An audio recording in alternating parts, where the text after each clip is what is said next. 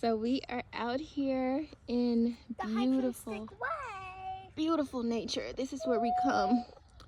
I find that nature, having our classroom in nature, it builds her confidence, her language, her spatial skills, depth perception. We even talk about physics, we talk about cognitive process, we talk about so many things, especially physics. We learn a lot of physics in nature, but that's another video. So I'm just gonna share a little bit of what we talk about when we come out here. So Emmy J, let's say you walk into a room. We'll talk a little bit about cognitive process, okay? Let's say you walk into a room and you see balloons, you see people gathered around someone singing to them, you see they're wearing these little cone-shaped hats. What would you say is happening in that room, maybe? A birthday party. So based on what I told you, you think they're having a birthday party. So in terms of what you did with your thinking, you drew or made an inference. Yeah, an inference. And to draw an inference is to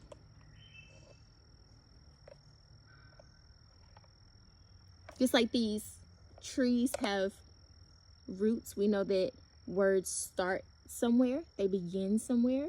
So if you are using a word that is larger, the smaller version of that word is what you are actually doing. So to make an inference is to infer. Kiss your brain, baby. So let's talk about some other words. So look at that tree behind you. We're in the banks of the creek and it's like rocks and earth, and look at that tree, look at the roots. Isn't it amazing that tree isn't falling on us right now? Do you think it should be falling on us? How is it staying up? They'll just start just putting it up. Strongest with Mommy will get it. Okay, so just like that tree began with those roots, we know that bigger words started or began with smaller words. And we talked about that, the study of the origin of words. You remember what the word for that is? You remember what we Etymology, Mom. Yeah. Etymology, Mom. Yeah. The etymology. So the same way to make an inference is to infer. What about the word preference? What about that word? Etymology. What about the word preference? Prefer. What about the word definition? Define. What about, okay, so if you draw an inference and you reach a conclusion. What would the root word of conclusion be? To conclude. Hey, yes, girl, almost said amen. Kiss your brain. What about hydration? Hydrate. Girl. What about biblical? Bible. What about, did we do preference? Your preference is what you prefer. What about reflection?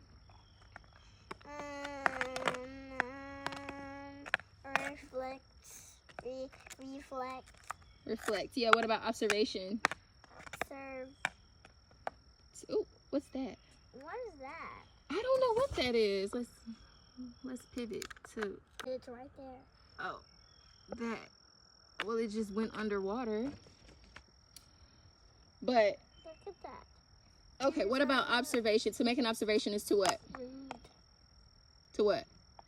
Observe. Yes. Kiss your brain. What if we go the other way? If I say I want to define my curls, we want to make the word define bigger. My curls will have more what? Define becomes, we're making it bigger definition. Now. What would it become? Definition. I don't know what I just said. But yeah, you're right. You should kiss your brain. I just wanted to document having these conversations with you because being out here in nature and discussing and talking about growth, we are, and it's going to be wonderful. And we get to talk about growth in nature. We get to talk about growth in our language and our vocabulary. We get to implement. We get to talk about physics and the way things work, which that'll be another video. But I just wanted to share like what we talk about. Oh, please don't fall in the water. You're scaring me, girl. You always telling me, girl. But do you have anything else to add or anything that you want to share about cognitive process, or what is that? Yeah, cognitive process or inferencing, and reaching a conclusion, or words and making them smaller or bigger? And conclusion, yeah. Are you saying you want to conclude? You want to conclude this conversation? Nah. Whatever. Okay. In conclusion, Do you want me to slap you with this? I don't, because I don't want to fall in the water. But in conclusion, how old are you, baby? 4. Yeah, 4 years old. You're 4. I know you're 4, but you don't sound 4. Okay, but you're I don't sound 4? you're not even about to be 5. What? But God created his children with brains that are ready for intentional brain architecture during the formative years of their cognitive development. And this conversation is proof that they're ready. They're ready to learn. They're able. The Lord created Emmy special, but all children have the ability to receive and process information. And, you know, aside from certain specific cases, I'm just saying that I believe all children are capable of wonderful, beautiful, incredible, amazing things. And we want to see children operating at their highest potential, right, Bunny? Yeah, I want to see kids learn and get helped.